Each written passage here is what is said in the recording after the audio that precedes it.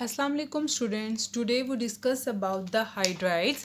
First of all, we define the hydrides. Binary compound of hydrogen with other elements are called hydrides. What are hydrides? Hydrides are the compounds of hydrogen. यानी कि hydrogen जब भी किसी दूसरे element के साथ bond बनाएगा या बाइनरी कंपाउंड बनाएगा, ठीक है, as a result binary compound हमारे पास बनेगा तो उसको हम कहते हैं जी हाइड्राइड्स। हाइड्रोजन जो है वो 1A ग्रुप से बिलोंग करता है, ठीक है। इट्स मीन कि इसके वैलेंस शेल में जो है वो एक इलेक्ट्रॉन है, ठीक है। तो अब इसने अपना डुप्लेट कंप्लीट करना होता है, ठीक है। तो इसके पास जो है एक पॉसिबिलिटी तो ये है कि वो एक इलेक्ट्रॉन ले ले और अपना डुप्लेट जो है वो कंप्लीट कर ले, ठीक है। तो उस केस में इसके ऊपर चार्ज क्या आ जाएगा या इसकी ऑक्सीडेशन स्टेट क्या होगी, -1। नेक्स्ट है जी हमारे पास अगर जो है अपना हाइड्रोजन ये इलेक्ट्रॉन डोनेट कर देता है तो उस केस में जो है इसके ऊपर चार्ज क्या आ जाएगा, +1, ठीक है। अब इसी वजह से जो है हमारे पास जिसको हम कह सकते हैं बॉन्डिंग टाइप्स हैं किसकी, हाइड्राइड्स की। नेक्स्ट हम देख लेते हैं जी हाइड्राइड्स। कुछ में हाइड्रोजन के ऊपर चार्ज जो है वो +1 होगा और कुछ में हाइड्रोजन के ऊपर जो है वो चार्ज -1 होगा। मोस्टली जो है हम हाइड्राइड्स को कंसर्न करते हैं किसके साथ, H-1 के साथ। लेकिन अगर हम ओवरऑल देखें तो हम इसको कहते हैं कि जब भी हाइड्रोजन किसी दूसरे एलिमेंट के साथ बॉन्ड बनाएगा तो उन कंपाउंड्स को हम क्या कहते हैं जी, ओवरऑल हाइड्राइड्स। हाइड्राइड्स 3 तरह के होते हैं, ionic hydrides, covalent hydrides and intermediate hydrides. Ionic hydrides कौन से हैं? आयोनिक हाइड्राइड्स नाम से पता चल रहा है जिनमें आयोनिक बॉन्ड पाया जाता है, ठीक है। कोवलेंट हाइड्राइड्स कौन से होते हैं? जिनमें कोवलेंट बॉन्ड पाया जाता है। इंटरमीडिएट हाइड्राइड्स जो हैं इनको इंटरमीडिएट क्यों कहा जाता है? क्योंकि इसकी रीज़न ये है कि उसमें कुछ प्रॉपर्टीज़ आयोनिक की होंगी और कुछ कोवलेंट होंगी, ठीक है। क्योंकि बॉन्डिंग टाइप तो 2 तरह की है, या तो आयोनिक होगा या ही हमारे पास कोवलेंट होगा। अब इंटरमीडिएट के केस में क्या है, मोस्टली वो कोवलेंट होगा लेकिन जो उसकी प्रॉपर्टीज़ होंगी वो उसमें क्या होगी, आयोनिक भी होंगी और कोवलेंट भी होंगी, इसलिए हम उसको क्या कहते हैं जी, इंटरमीडिएट हाइड्राइड्स। नेक्स्ट हम बात कर लेते हैं जी, फर्स्ट ऑफ ऑल हमारे पास एग्जांपल है आयोनिक हाइड्राइड्स की, ठीक है। तो आयोनिक हाइड्राइड्स कौन बनाते हैं? 1A के मेंबर और 2A के जो मेंबर हैं वो जब हाइड्रोजन के साथ रिएक्शन करते हैं तो वो बनाते हैं जी आयोनिक हाइड्राइड्स, ठीक है। एक्सेप्ट जो है हमारे पास, पहले मैं इसके लिख लेती हूँ member, lithium, sodium, potassium, rubidium, caesium, francium. Next है जी beryllium, magnesium, calcium, strontium, barium and radium. इनमें से अगर हम बात करें तो बेरिलियम और मैग्नीशियम को छोड़ के जो है हमारे पास जो हाइड्रोजन के साथ जब ये बाकी मेटल्स रिएक्ट करती हैं तो रिएक्ट करने के बाद जो बॉन्ड बनेगा, ये जो बाइंडिंग कंपाउंड होगा उसको हम क्या कहते हैं जी, हाइड्राइड्स, ठीक है। यानी कि इसको हम कह सकते हैं जब लिथियम हाइड्रोजन के साथ रिएक्शन करेगा तो एज अ रिजल्ट हमारे पास क्या बनेगा जी, लिथियम हाइड्राइड। सोडियम रिएक्ट करेगा तो सोडियम हाइड्राइड और इसी तरह जो है वो बॉन्ड बनता जाएगा। नेक्स्ट अगर हम बात करें तो हमारे पास अगर calcium hydride, strontium hydride, barium hydride, यानी कि हाइड्रोजन के साथ जब रिएक्शन किया होगा तो हम इसको क्या कहेंगे जी, हमारे पास इन कंपाउंड्स को हम क्या कहते हैं जी, ओवरऑल हाइड्राइड्स, ठीक है। अब बेरिलियम और जो मैग्नीशियम है ना, ये हमारे पास इंटरमीडिएट हाइड्राइड्स होते हैं, ठीक है। ये हम बाद में डिस्कस करेंगे, पहले इनकी कुछ प्रॉपर्टीज़ हैं वो देख लेते हैं। जैसे हमने हेलाइड्स में देखा था कि इनको आयोनिक क्यों कहते हैं, क्योंकि इनका इलेक्ट्रोनेगेटिविटी डिफरेंस ज़्यादा है। तो जब इलेक्ट्रोनेगेटिविटी डिफरेंस ज़्यादा है तो इनका बॉइलिंग पॉइंट और मेल्टिंग पॉइंट भी क्या होगा, हाई होगा। और ये हमारे पास क्या होते हैं, क्रिस्टलाइन सॉलिड्स होते हैं। मोस्टली अगर हम देखें तो ये क्रिस्टलाइन सॉलिड्स की फॉर्म में एग्जिस्ट करते हैं। और चूँकि हमारे पास 1A और 2 में मोस्टली मेटल्स हैं तो जब वो बॉन्ड बनाएंगी तो ऑब्वियसली जो है हमारे पास हाइड्राइड्स बनेंगे, मेटल हाइड्राइड्स। तो मेटल हाइड्राइड्स जो हैं वो कंडक्टिविटी भी शो करते हैं, या इसको हम कह सकते हैं कि ये कंडक्टर्स भी हैं, ठीक है। नेक्स्ट जो अगर हम बात करें इसकी आयोनिक हाइड्राइड्स के बारे में, तो जो आयोनिक हाइड्राइड्स हैं मेल्टिंग पॉइंट भी इनका हाई है, क्रिस्टलाइन सॉलिड्स भी हैं और कंडक्टर भी हैं। लेकिन कंडक्टर्स होने की जो है वो एक कंडीशन है, वो ये कि ये मोल्टर फॉर्म में जब होंगे तो तब ये कंडक्टिविटी शो करेंगे। ये तो थी हमारे पास आयोनिक हाइड्राइड्स, ठीक है। नेक्स्ट हम देख लेते हैं जी इंटरमीडिएट हाइड्राइड्स। इंटरमीडिएट हाइड्राइड्स में जो प्रॉपर्टीज़ पाई जाती हैं वो आयोनिक की भी होंगी और कोवलेंट की भी होंगी, ठीक है। एग्जाम्पल में हमारे पास आ रहे हैं जी बेरिलियम और मैग्नीशियम। इनको बेसिकली हम जो है पॉलीमेरिक हाइड्राइड्स भी कहते हैं। पॉलीमेरिक प्रीवियस जो टॉपिक था हेलाइड्स का उसमें भी मैंने आपको बताया था। पॉलीमेरिक मींस के जो हमारे पास जो एटम है वो ब्रिज की फॉर्म में जो है वो दो एलिमेंट्स के दरमियान होगा, ठीक है। वो देख लेते हैं, यानी कि ये हमारे पास है जो ये दोनों जो हैं वो इंटरमीडिएट हाइड्राइड्स शो करते हैं। ये भी बेरिलियम एक एटम है, दूसरा बेरिलियम, और इनके दरमियान जो ब्रिज बनाया हुआ है वो किसने बनाया हुआ है? हाइड्रोजन ने।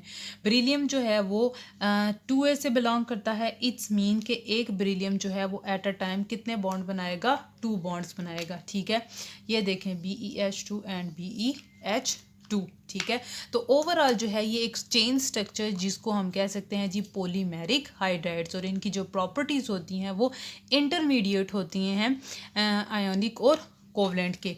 नेक्स्ट हम देख लेते हैं जी हमारे पास थर्ड है, फोर्थ है, फिफ्थ है एंड सिक्स्थ है, सेवन्थ है। ये जो मेंबर्स हैं ये मेंबर्स हमारे पास होते हैं जी जिसको हम कह सकते हैं कोवलेंट। अगर हम कोवलेंट से बताने से पहले मज़ीद इंटरमीडिएट में देखें तो इंटरमीडिएट में जो है फ़ौरन देखें 1 और 2 के बाद तो ट्रांजिशन एलिमेंट्स आते हैं। तो ट्रांजिशन एलिमेंट्स में देखें तो जो 2b के एलिमेंट्स हैं जैसे कि जिंक हाइड्राइड और कैडमियम हाइड्राइड, ये भी हमारे पास जो हैं वो पॉलीमेरिक हाइड्राइड या इंटरमेरिक हाइड्राइड्स में जो है उनको शामिल किया जाता है, ठीक है। उनकी एग्जांपल्स हैं। नेक्स्ट हम बात कर लेते हैं जी 4a, third A, 4a, fifth A, sixth A and seventh A की।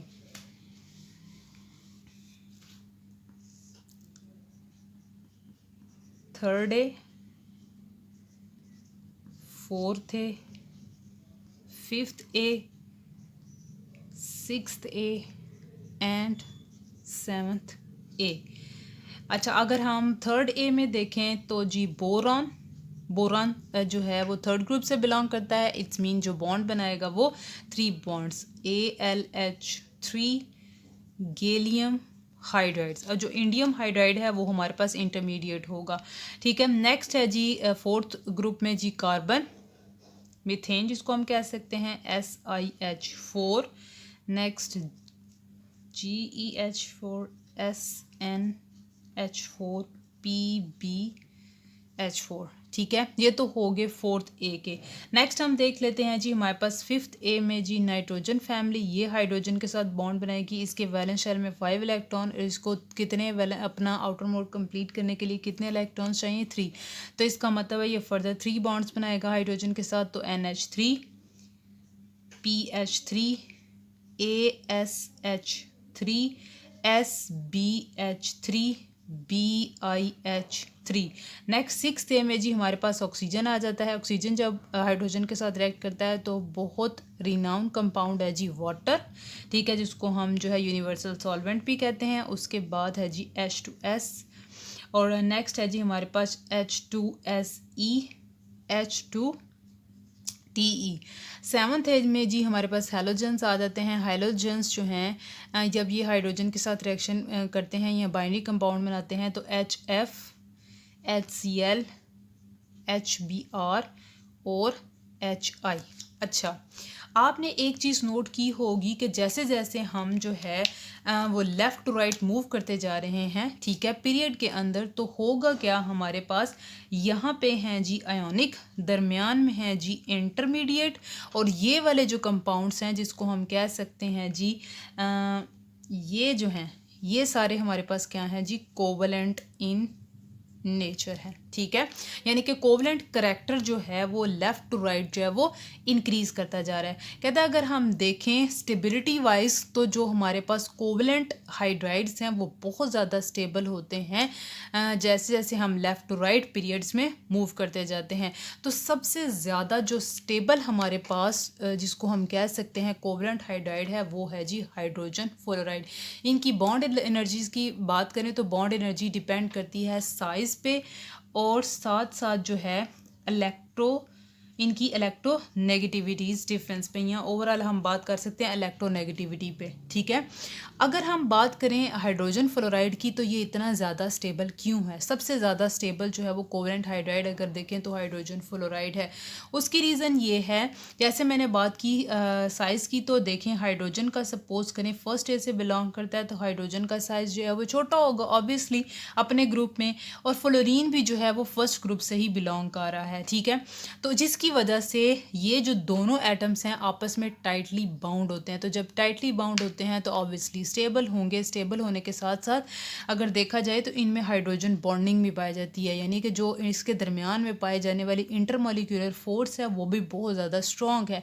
दैट्स वाई हम कहते हैं चूँकि हाइड्रोजन फ्लोराइड जो है इसमें हाइड्रोजन बॉन्डिंग पाई जाती है, तो इसलिए हम इसको कह सकते हैं कि इसका मेल्टिंग पॉइंट और बॉइलिंग पॉइंट जो है वो सबसे ज़्यादा होता है, और ये हम कह सकते हैं कि जो है ये स्टेबल कंपाउंड्स हैं, ठीक हो गया। अच्छा, फिर उसके बाद है जी हमारे पास आपकी बुक के ऊपर जी कुछ ट्रेंड्स शो किए हुए हैं, ठीक है, बॉइलिंग और मेल्टिंग पॉइंट को लेके, वही हम डिस्कस कर लेते हैं। अगर हम बात करें कौन से ग्रुप की, ये है जी हमारे पास ये इनकी, ठीक है, फोर्थ ए की। तो इनके केस में देखा जाए तो हमारे पास ये वाले जो कंपाउंड्स हैं इनमें जो है हाइड्रोजन बॉन्डिंग नहीं पाई जाती, ठीक है। कार्बन और हाइड्रोजन यानी कि ये जो मीथेन है या SiH4 GeH4 ये जितने भी कंपाउंड्स हैं इनमें हाइड्रोजन बॉन्डिंग नहीं पाई जाती। जब हाइड्रोजन बॉन्डिंग नहीं होगी जो है इनमें वीक इंटरमोलिकुलर फोर्सेस होंगी। एज अ रिज़ल्ट क्या होगा कि जो अगर हम देखें इनका मेल्टिंग और बॉइलिंग पॉइंट, तो इनका मेल्टिंग और बॉइलिंग पॉइंट डिफरेंट होगा एज़ कम्पेयर टू उनके स्पेसिफिकली इनके जो टॉप के बाइंडिंग हाइड्राइड्स हैं उनके, क्योंकि उनमें हाइड्रोजन बॉन्ड पाया जा रहा है और इनमें हाइड्रोजन बॉन्ड नहीं पाया जा रहा। और अगर हम जो है इनके मेल्टिंग और बॉइलिंग पॉइंट की बात करें तो मेल्टिंग और बॉइलिंग पॉइंट अगर हम देखें मीथेन का तो वो है जी हमारे पास इसका -184, ये है जी -185, -165 और लास्ट पे है जी -150, ठीक है। और आपने एक चीज़ देखी होगी कि जितनी माइनस में वैल्यू छोटी होती है उतनी वो वैल्यू बड़ी कंसीडर की जाती है।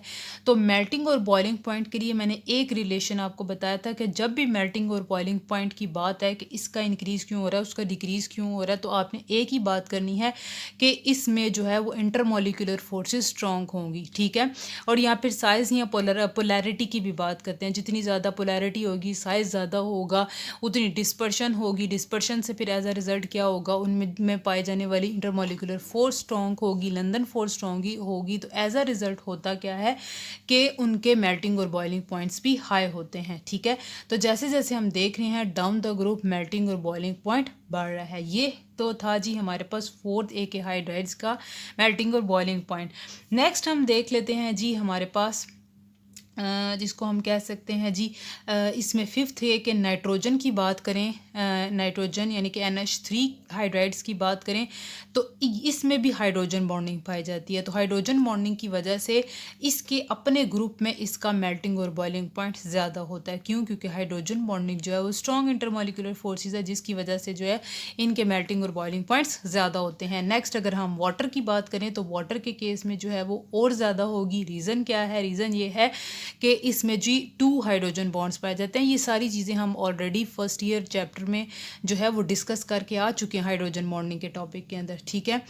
और उसके बाद अगर हम HF की बात करें तो यह सबसे ज़्यादा स्टेबल कोवलेंट हाइड्राइड्स है। एक और ट्रेंड आपकी बुक के ऊपर जो है वो मेल्टिंग और बॉइलिंग पॉइंट को लेके डिस्कस किया हुआ है, वो है जी इसको H2O इसका, ठीक है। अब ये क्या शो कर रहा है इसमें जी, अगर इसका मेल्टिंग पॉइंट देखें, ठीक है, मेल्टिंग पॉइंट और साथ में जी बॉइलिंग पॉइंट की वैल्यू भी लिख देती हूँ, ठीक है। वाटर के केस में देखें तो जी वाटर का जो मेल्टिंग पॉइंट होगा वो है जी जिसको हम कह सकते हैं 0 डिग्री सेल्सियस, ठीक है।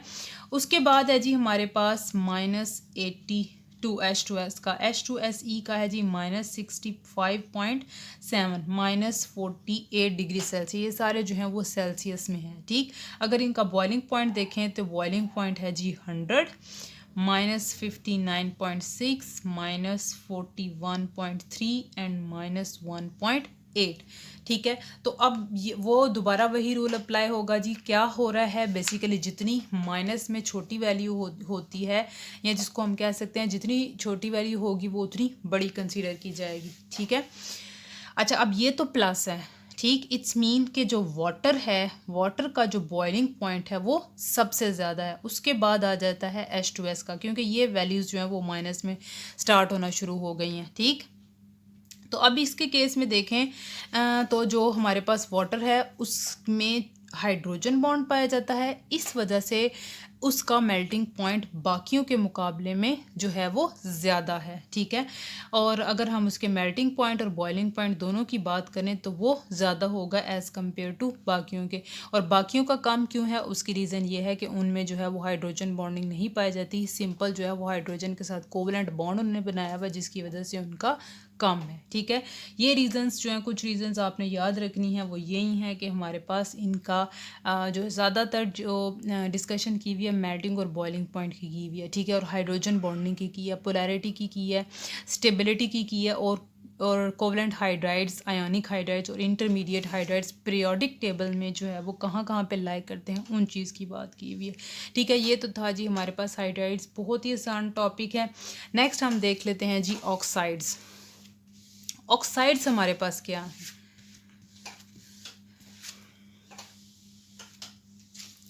अच्छा जी, अगर आपको हेलाइड्स और हाइड्राइड्स की समझ आ गई है तो हमारे पास ऑक्साइड्स जो हैं वो भी बिल्कुल वैसे ही हैं। अगर नाम से देखें तो जो कंपाउंड्स ऑफ ऑक्सीजन होंगे उनको हम क्या कहें जी, क्या कहेंगे जी, ऑक्साइड्स। ठीक है, अब इसकी भी जो है वो फर्दर 3 टाइप्स होती हैं। एक है जी हमारे पास बेसिक ऑक्साइड्स, दूसरे हैं जी एसिडिक ऑक्साइड्स, और थर्ड हैं जी हमारे पास एम्फोटेरिक हाइड्राइड्स। ठीक है, सॉरी ऑक्साइड्स। ठीक है, अब बेसिक क्यों है, नाम से पता चल रहा है कि ऑब्वियसली जब इनका रिएक्शन करवाएंगे वाटर के साथ तो ये हमारे पास क्या प्रोड्यूस करेंगे, बेसिक ऑक्साइड्स। ठीक है, तो फर्स्ट एक मेंबर में जी सोडियम ऑक्साइड में ले लेती हूँ। ठीक है, इसका जब हम वाटर के साथ रिएक्शन करवाएंगे तो वो हमारे पास प्रोड्यूस करेगा जी 2NaOH।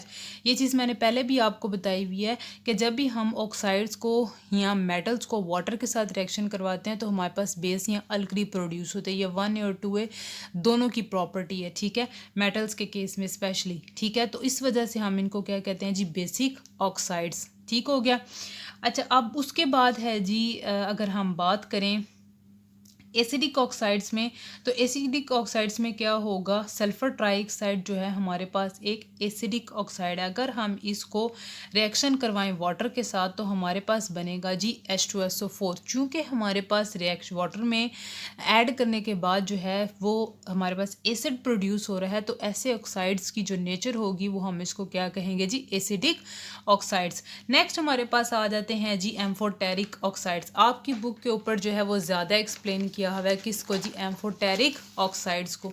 उनकी एग्जांपल देख लेते हैं जी 1 बाय 1। पहली एग्जांपल है जी हमारे पास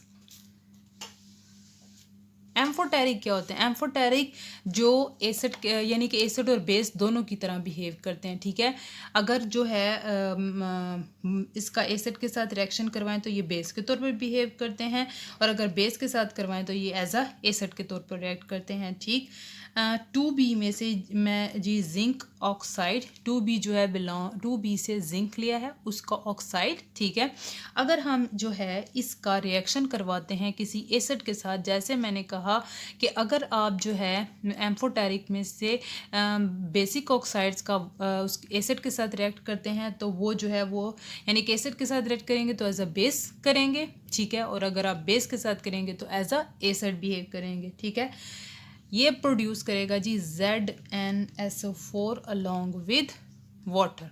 ठीक है, उसके बाद है जी, अब ये है जी हमारे पास एसिड, और इस केस में ये बिहेव कर रहे हैं एज अ बेस। नेक्स्ट दूसरी एग्जांपल देख लेते हैं कि जिसमें जिंक ऑक्साइड ही है, लेकिन जब हमने एसिड की जगह यहाँ पे बेस यूज़ की, यानी कि ये बेस थी, तो इसके साथ जो है ये एसिड की तरह बिहेव करने लगे। ठीक है, और इसके केस में हमारे पास जो है एक कॉम्प्लेक्स सा कंपाउंड बनता है Na2ZnOH4। ठीक हो गया। अब अच्छा जी, फिर उसके बाद आपने ट्रेंड देखना है कि जब हम जैसे जैसे लेफ़्ट राइट मूव करते हैं इसमें आयोनिक करैक्टर, ठीक है, उसके बाद एम्फोटेरिक और देन आ जाते हैं जी कोवलेंट करैक्टर, ठीक है, ये करैक्टर आ जाएगा। इसी वजह से हम कहते हैं स्ट्रॉन्गली आयोनिक, देन जो है वीकली आयोनिक, एम्फोटेरिक और उसके बाद वीकली जो है कोवलेंट और फिर at the end strongly covalent. और अगर हम डाउन द ग्रुप की बात करें तो डाउन द ग्रुप में जो बेसिक करैक्टर है वो इंक्रीज़ करता है। यही दो जो हैं वो आगे से ऑर्डर आपकी बुक के ऊपर भी लिखे हुए हैं, ठीक है। आप किसी भी मेटालिक ग्रुप को देख लें, अगर आप जो है देख लें 2A के मेंबर्स को, तो beryllium, magnesium, calcium, strontium, barium, इनमें से अगर हम देखें तो सबसे ज़्यादा बेसिक कौन सा होगा? बेरियम ऑक्साइड जो है वो सबसे ज़्यादा बेसिक हो। रीज़न क्या है? डाउन द ग्रुप जो है बेसिक करैक्टर इंक्रीज़ कर रहा है, left to right covalent character increase कर रहा है। ये है जी ऑक्साइड, सिंपल से हैं। ऑक्साइड्स में इतनी जो है वो मतलब इतनी ज़्यादा